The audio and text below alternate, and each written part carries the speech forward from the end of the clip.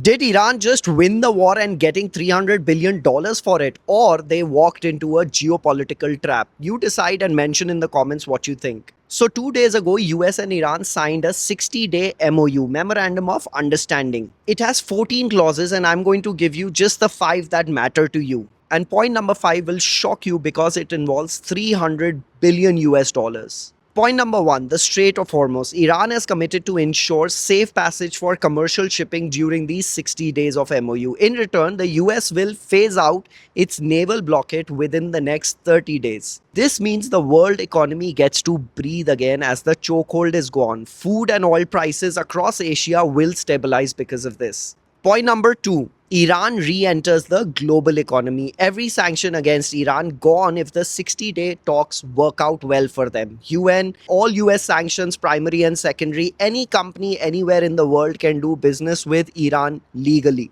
Point number 3, Iranian oil hits global markets today, not after the final deal, not in 60 days. The US Treasury issued the waivers the moment the document was signed. Oil prices will fall globally because of this. And point number 4, Iran gets a permanent deal. The final deal after 60 days will be locked into a binding UN Security Council resolution. The next US president cannot walk away from it, unlike what happened in 2015 nuclear deal. So I think more power to Iran. And point number 5, the most interesting, the $300 billion question. Written into the document, $300 billion for the reconstruction of Iran will be given, funded by, quote, regional partners. But the text does not say the Gulf states are forced to pay for it. Trump says the US won't pay it, and the White House sources say it's private capital. Maybe big companies will pay for it.